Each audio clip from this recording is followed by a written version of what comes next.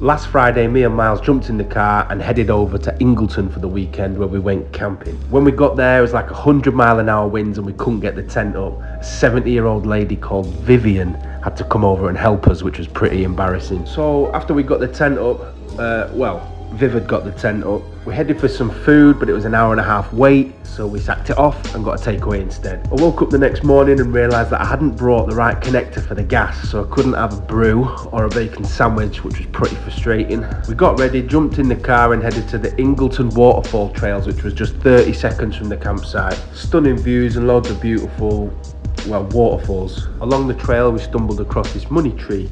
I had a penny in my pocket, so we left our mark. Worked out, it's probably about £1 there.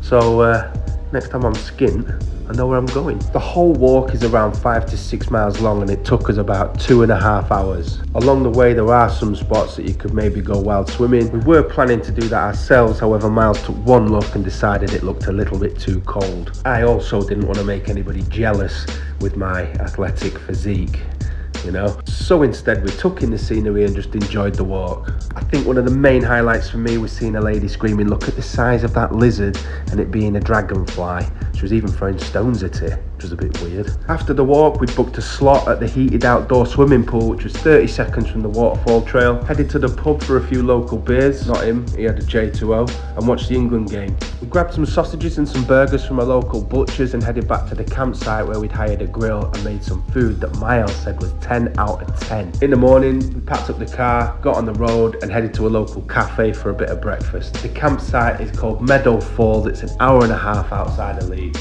Camping